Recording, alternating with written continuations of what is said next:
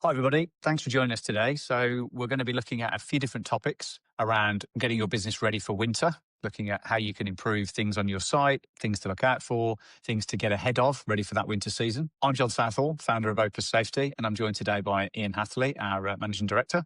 So, we're going to kick things off. So, Ian, what would you say is your first tip? So, getting things right as we approach midwinter and the things that can go wrong. Well, a bit of preparation is good. And if you look at your kind of high risk environment, such as your warehouses, your yard, etc., that's where you're going to have issues potentially around traffic management through slipping of forklift trucks. So there's some key things you want to look at there. And what about gritting?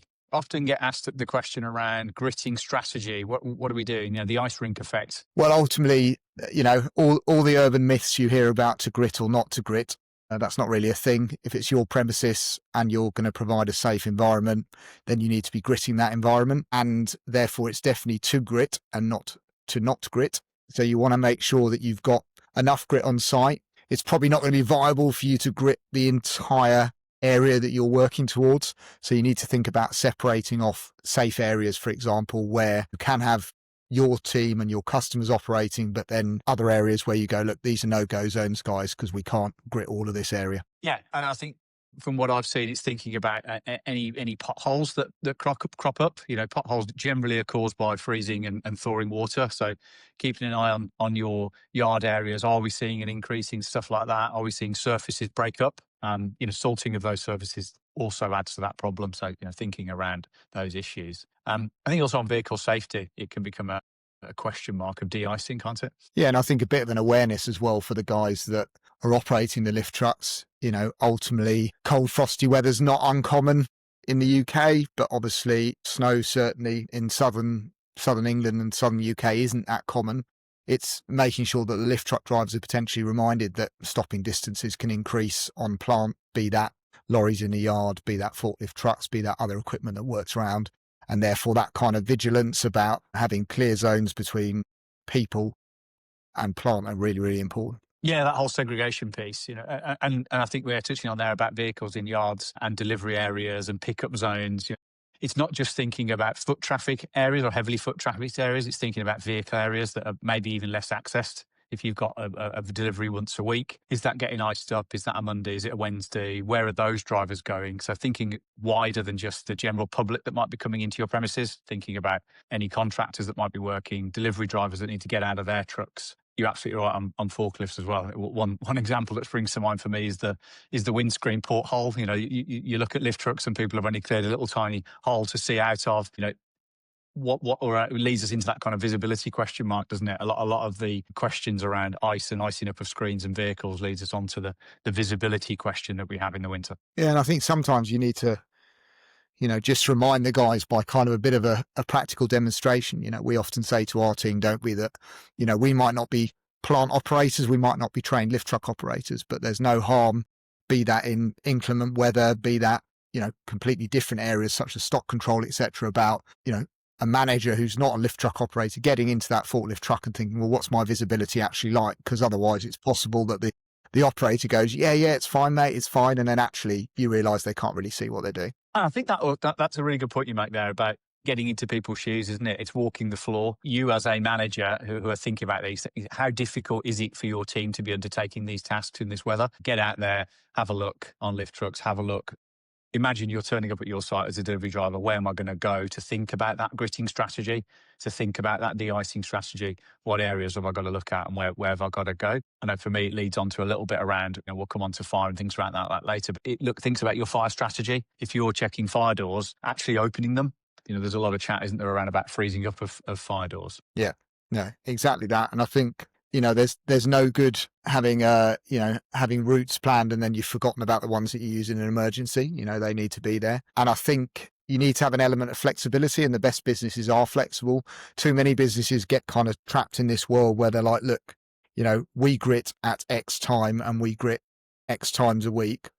You grit when it's needed, and it needs to be the first person's job on site. Their role needs to be doing that gritting. And obviously they've got to take care, and you might need to provide them with, additional PPE potentially around, if the first person on site's the manager who doesn't normally wear safety shoes, have they got appropriate shoes to go out and actually grit the yard? Because you can see it happening. The gritter is the guy who slips or the lady who slips, boom, incident.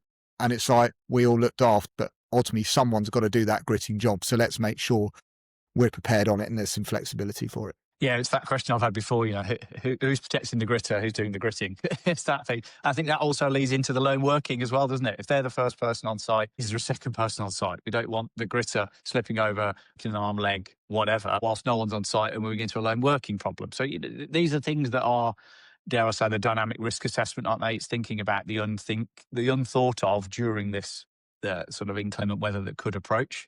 For me, that also leads into what I call the sort of DIY hacks. So you're starting to think about, okay, what are we going to do when it or if it does go wrong? So what are we thinking about if we do have a burst pipe or if we do have a problem that requires us to get something done? It could be fencing repairs in high winds. Who's going to do that doing? I know we've dealt in the past, you and I have both dealt with people falling off ladders, falling through roofs, and it's the person who thinks they're doing a fantastic thing for the business by climbing up and unblocking a gutter and they're using a ladder and all the rest of it, fall through a fragile roof. Question marks, aren't there, around that? Yeah, exactly. You've got to be focused on what you're doing and just kind of stop and pause. So this kind of, you can't plan for everything, but you can always just take stock, get a couple of you together and go, look, we're going to solve this, but is there a safe method of doing this? Or, do we want to pick the phone up to, someone like Opus just to get an opinion? Or actually, do we go, look, this isn't an in-house job. We need to outsource this properly. And worst case scenario in that area or where we are, well, we're not going to be able to access that today. So move on from that point of view. Yeah, I think you're absolutely right. And, we talk about it in our dynamic risk assessment training. It's about taking a beat, isn't it? Just take a step back for a minute and think about what am I actually trying to achieve and where am I going to get to? Is it better that I close this area of the business for a short period of time while we get someone in who can fix it? I'm thinking about flooding and things like that. Sometimes it's asking yourself the question, should I be letting this event go ahead or working in this area based upon the other risks that it adds? What are we trying to achieve? Yeah. And I think this should kind of lead us on, I suppose, to the one aspect around, the winter period and elements around things like visibility and being aware of that. We all know that generally as a business, it's very difficult to say, oh, well, we're only going to wear high-vis on a Tuesday between October and April because actually the rest of the time it's sunny and visibility's fine, etc. We need to make sure that the guys are highly visible because unless you've got perfect separation between vehicles and pedestrians, they are going to come in contact with each other. And be conscious, I suppose, that your risk is heightened, early in the morning, generally due to light issues, etc., potentially then also due to rushing, because you've got people trying to get loads out if they're a logistics company, anything like that, or a merchant, a warehouse, anything like that, they're trying to get stock out. But then also at the end of the day, everyone wants to go home and people are rushing around, and therefore that visibility element's really important. Yeah, I think it's that 3:30 p.m. onwards kind of danger zone, isn't it? At this time of year, we're certainly moving into it's getting dark. Certainly 3:30, 4 o'clock, we're losing light. Then we're getting a flatter light. So asking ourselves, do we need to probably go out and do a bit of a dark walk of your yard to understand, okay, where are the gaps, the warehousing parts, any back of house areas? Again, talking about delivery areas. Have you got delivery drivers coming into the back of your site, whether that's, drop-offs, deliveries, etc.? What are they seeing or not seeing because of that? It really is thinking about those things. And people are often rushing, as you say, they want to get it done. You feel like it's getting dark. You feel like time's moving quicker because we're getting to 5 o'clock sooner because it's getting dark sooner. So how can we do that? I think playing into that, we're looking at visibility, which then comes onto the vehicle and pedestrian segregation and thinking about high-vis, isn't it? What are we doing on high-vis? Yeah. Specifically, I'm thinking more around getting dirty. In the weather that we get, it's going to get more dirty. Do you need to do a bit of an audit around staff members' quality of high-vis? Yeah, exactly. And also feeding into that, ultimately, the standards around high-vis are based on the reflective strips. They get dirty, that causes you a problem. But also I think sometimes companies need to have a little bit of a think about what their kind of background colour high-vis is, because lots of people like to have blue corporate high-vis, etc. Now, whilst we're relying on the stripes, you can do a very simple test. If you go out at dusk, stand someone next to a black vehicle and walk away 50 meters. If there's no light shining on them to make the reflective strips kick in, if they're wearing yellow and orange, you're most likely to see them. If they're wearing black with reflective strips, it's less likely to see them. So it's just thinking about what works within the business on that front. I mean, I'll tell you an It's about interesting it's about the anecdote. quality of life, isn't it? It is, and there's an anecdote where one of our customers looked at, certainly during the summer, switching to black high-vis because it attracted less flies than yellow high-vis, Mm. which was annoying, obviously, during the Yeah. summer period. So that, there's lots of considerations there just to be aware of in the kind of wider picture. And in that high vis kind of segue, I guess we're kind of moving on to the welfare piece as well, aren't we? As to what are people wearing? You know, the Michelin Man syndrome. What are you wearing, and how does that impact on what you're up to day in your normal role? Yeah.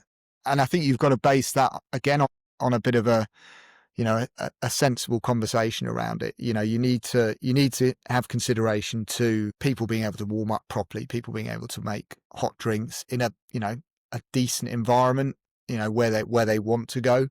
And obviously providing layers is helpful, because we all know that's a better way of doing it. But, sometimes we see people, as you say, bundled up like the Michelin Man, and they can't actually even move properly to look over their shoulders when they're driving plant or machinery. And you're like, well, this is just not the way it should be. And, part of that as well is remembering that, we see incidents, particularly hand injuries, go up in the winter, and it doesn't take a genius to work out that, your fingers are more brittle, your hands are colder, the products are colder, you're more likely to drop them, slip through their hands. Making sure in advance you've got a proper glove policy where you have actually looked at a summer glove, a winter glove, a wet glove, and a dry glove, and the guys have those options, so you're not just It's a going. good point. Yeah, Like, that optionality is good, isn't it? Give people the option of what they want to wear. I mean, we always say that about PPE. Look, if you can get a higher level of adoption if people have picked it themselves, like most of these things. yeah, exactly. I think there's also the question around hoodies as well. We see that every now and again. Haven't seen it yet this season, but employers coming to us and saying, is it acceptable to wear hoodies and things like that with a hood up? If it's impacting on people's peripheral vision, their hearing on site, etc. If that's important to the site that you've got, then it's probably not appropriate. So it's thinking about what other measures you can take to keep people warm. Yeah, and I think as well, you've got, certain people do suffer from the cold. There's medical conditions that make more. There are enough solutions now where, you can give people heated gilets, you can give people heated hats, heated gloves. All those options exist. Now we're not, yes, there's a commercial reality to this, not professing that you've got to give everyone a £100 heated gilet, because they might not need it. A lot of these jobs outside are by definition relatively active anyway, so they're staying warm. But actually you might have the odd person within your workforce that does suffer from the cold more than others, and they're, from a moral point of view anyway, it makes sense to try and provide something sensible for them. I think there's also an element of that rushing as well, isn't there? It's that getting home if it is bad weather. People want to be outside less, so they'll perhaps try and do the tasks that they've got to do outside. If your business has got outdoor tasks on the daily basis, they'll try and speed them up. So it's just understanding, what does that workflow look like? Are you at risk of doing that? Similar plays into traffic control. Customers will probably try and park closer to the door. If it's tipping it down with rain, how are we making sure that people aren't dumping cars by the door to get into a building, branch, warehouse, whatever it might be? Are we good enough at challenging that as well? Empowering staff members to challenge that bad parking and stay up to speed on line marking and making sure people do park where we think they should be parking, rather than it's tipping it down and I'm going to run in and not put my high vis on because I'm running across the car park. It's just emphasising those things, really, because we do see an uptick in accidents during that time of year. Well, one thing as well, I mean, I think it's sensible, and some would. We had a call in this morning, and it's a cold morning, and someone's got themselves a bit injured by trying to climb part of a fence because the locks for the site were completely iced up.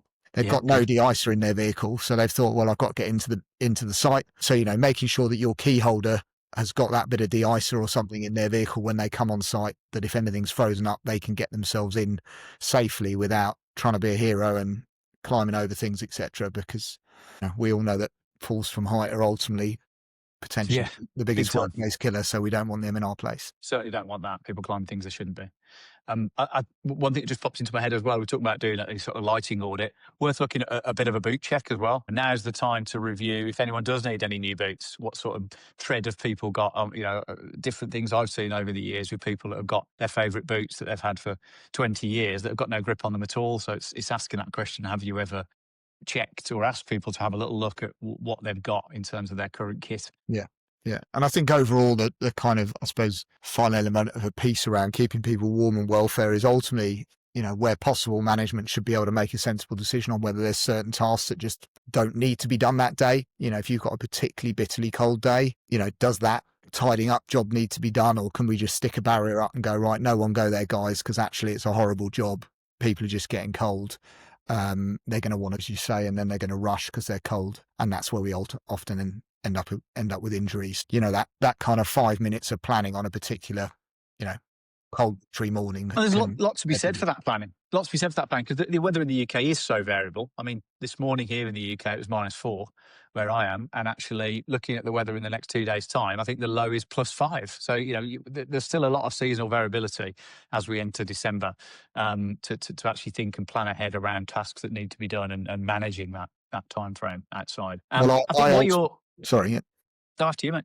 No, I only actually check the weather forecast because my water-based football on a Thursday gets cancelled when it's icy. So it was cancelled last week, and it's on tomorrow because it'll be +5, so we'll be all right. Yeah, it's going to be warm. Yeah, it is going to be warm. I think the other thing we're talking about, walking around doing your light audit and thinking about those dark areas that I mentioned earlier, it's also worth thinking around what's your frozen stock look like? What have you got that gets frozen? We're asking people potentially to go out and order pick, or we've got customers that are walking around our branches or around our garden centres or whatever it might be. We're thinking around outdoor space and outdoor stored stock. What have we got? What's getting stuck together? Are we getting pallets that are stuck together, or are we getting brittle plastic to PVC guttering stuck together? Are we seeing packs of compost that are stuck together? It's kind of understanding what stock is where. What's fast moving goods? Do we need to move some stuff into covered areas in our warehousing or yards that's going to be picked sooner, and bringing it in to sort of defrost overnight if we know the guys are going to be picking it the next day?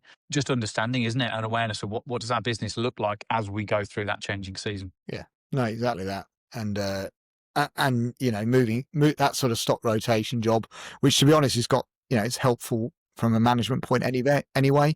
It's almost a good time to reflect, well, what have we got where, what impact has it got, and where do we go from there? And in particular, if it depends what, as I say, what products you've got. But if you've got a lot of outdoor drainage, for example, that you're stocking, that potentially when the water's built up in it's dropping out, you're getting higher potential for freeze points around the yard. Or or if it's cold enough in a warehouse environment, and just being aware of, racking, for example, that you've got positioned outside where there's always a few areas where you get puddles, etc. They're obviously going to freeze over. Are they areas you've got to go to? Or actually, if that's a high moving stock item, you've either got to make sure it's definitely on your gritting plan, or you've got to go, actually, let's take this high stock item away, because the risk of going to that area of that service area is higher than if you didn't. I think we talked quite a bit around outdoor stuff. I think, from an indoor point of view, another one to look out for is daisy chaining. People finding an extension lead, finding a socket for the dreaded indoor fan heaters. Yep, definitely that. What do we do for those guys? The person in accounts who's in a porta cabin, or the person who's in the cold end of the office because it's single glazed. What are we doing for those people? You've got to bear in mind that it's these fan heaters that pull a huge amount of current. You're talking sort of 8 or 9 amps, and a standard extension lead's rated for 13 amps. So you can quite quickly run out of steam by plugging these things in and end up with hot socket plug tops and hot cables, and then the potential for fire. Yeah. So what are you doing as a business? Have you got a policy for that? Are we thinking about pat testing, or at least visual examination of such things? Are they plugged directly into the wall? Are they turned off at night? All of those kind of things, you just need to just do a little audit on that. What is it from a heating point of view that we're managing here? Yeah. Yeah. And I think heating in general just kind of leads quite nicely into, potential fire impacts. We talk about winter ready and everyone thinks about the cold, etc. And the cold doesn't kind of really impact or normally hasn't impacted by the time you get to bonfire night. But as we move through the year and move through December and get into the kind of New Year period, people, for example, starting to set fireworks off. What are we doing about that? Are we in an area? I think they stop around by me. I think they start in October and they finish in like end of Jan. It seems. And they just crack on. Yeah, exactly. And we've had it over the years. Fortunately, we've not had many, but we've had fires in yards, in storage areas where fireworks have landed. We've had one land in a skip that was open, and full of flammable material, and that went up. We've had one land in racking that actually then burnt for long enough that you could see a really nice kind of black char throughout all the racking. So, if you're in an area where fireworks are popular, just making sure that the yard's tidy, you haven't got loads of excessive pallets being stored outside that you don't need, making sure that if you can keep your skips closed, they're closed, and just being vigilant is really useful. And that vigilance should extend to, that morning walk, just saying, oh, well, actually, if we had any issues, are fireworks dropping in left, right and centre? And that will hopefully reduce the chance of you having a fire. Just thinking about skips, isn't it? Bins being collected, not letting them overflow. Can we lid them? Can we cover them? All of the bits and pieces there that are just can get overlooked, and how you want to improve based upon that heightened hazard time that we've got there, really, I think is a key thing. Definitely. Exactly. Good. One of the things that we haven't covered, so we've talked about cold a little bit. We've talked about all the implications of that, and rain, certainly flooding, thinking about, drainage, what's cleared, have we cleared all the leaves out of any drainage? How can we make sure we reduce that amount of water that then freezes? So all of those kind of things are that preemptive maintenance approach. I think one of the things then we have in the UK is a lot of high wind. So what are we doing around wind damage? It's thinking about signage. It's thinking about roofing, roof tiles, roof sheeting in warehouse areas, and thinking of all of those things for me make me worry about work at height, and thinking about contractor management, and thinking about, okay, how are we going to fix? Do we understand the pathway? If I arrive at work and the signage has fallen off, or the guttering's fallen off, or I've had a roof tile come off, how am I going to manage that? And again, it's that, have we preempted the process? If there's a problem, do people know what the red button is? Who am I going to call when there's a problem that I can't immediately deal with without knowing all the hazards? Yes. Yeah. No, exactly. And who am I going to call? And it's such a simple process. And I think if you go back to, what we talked about earlier about just this concept of taking a bit of a breath and pausing before someone shimmies up, etc. Because, take signage, for example. A lot of signage is there as a reference, really, for employees. It's there as a reference for customers, etc. A sign falling down and not being up for a couple of days because you can't do it safely, it's probably not going to be the end of the world. And certainly better than having to write in an incident form. I climbed up an ICU ladder because I was putting the safety sign back up and just looking like a complete clown. You were in the Darwin Awards there. Yeah, getting that right makes sense. Good. What have I missed? What things have I not missed? I'm trying to think of the things that I haven't thought of. Oh, I'll tell you what I have missed. Thinking about drying areas. So, these guys are out there in all weathers, or, external areas of the business, working outdoor. Have they got a change of high-vis gear? That also important. Where are they putting it? How they're putting it? Plays a little bit into the heater strategy. We don't want people piling up heaters with clothing that then catches fire. So you might not need a drying room. We're not the Austrian Alps. We're not coming in from skiing and having a dedicated drying room. But we're thinking around, have we got a facility for people to be able to dry kit ready for the next day? Or have we got a change of kit for during the day? Encouraging people to bring a spare pair of socks, getting wellies rather than boots. So, have they got somewhere where they can store that kit, I guess? Yeah. And I think that kind of giving people that option, but that welfare option feeds into, again, common sense, but common sense isn't so common. Are the workforce actually aware of symptoms of cold stress, body ache, getting really inherently internally cold and the impact that can have, or do they just soldier on because that's the right thing to do? Making people aware that, it's okay to be cold and go and warm up. And that comes into break times, just being a bit more flexible. There's, a lot of businesses get hamstrung. Oh, you're going to get 15 minutes in the morning, 15 minutes in the afternoon, and you get some lunch. Well, how about you have 3 5-minute breaks? Now, let's be realistic. We all know that'll extend slightly further because that's what'll happen. Because if they've got 3 5-minute breaks, they're going to go make 3 cups of tea instead of 1 during the 15. And that takes a bit longer. But actually, in the grand scheme of things, that for that short period of cold weather and winter weather we really have, that 5 minutes of less productivity in probably a time where a lot of businesses are quieter anyway, might just prevent an incident or an accident, and actually makes the workforce feel more positive about what they're doing. We all know happy workforce, they're going to sell more stuff and put across a better image to your customers. If they are meeting customers on a daily basis, or at least talking to customers, it's about that process, isn't it? So can we keep everybody happy? And that's what all this is about, isn't it? It's about reducing those risks. How can we carry on operating as normal as possible during inclement weather or just the cold weather that we experience in the UK? Yeah, Exactly. And none of it's complicated. None of it actually really costs anything. Yes, your grip might, but you just got to get that in and make sure it's in. Obviously, once you've bought in 10 pallets of it, there'll be no cold weather, but that's just the way the world works. That's how it works. We know But, this. better Always be, carry an umbrella and it'll never rain. yeah, better be prepared than not. None of it's complicated to do. It just requires a tiny bit of thought at a local level. A lot of the time, if you're a multi-sited business, you'll have businesses that might be in parts of the country where it's more common. So, some local level controls in there will make everyone's life easier and safer at the same time. Okay, cool. Well, that's been really useful, recapping some of the things that I'd forgotten and getting them out there. As always, if anyone's got any questions, feel free to contact us on the usual means. And we're always happy to chat to anyone, client or not client, health and safety wombles that want to help people improve what they're doing within their business. So anything we can help you with, we implore you to contact us, and hope you've enjoyed having a little listen to our dulcet tones, and we'll see you next time. Thanks very much. Catch you soon.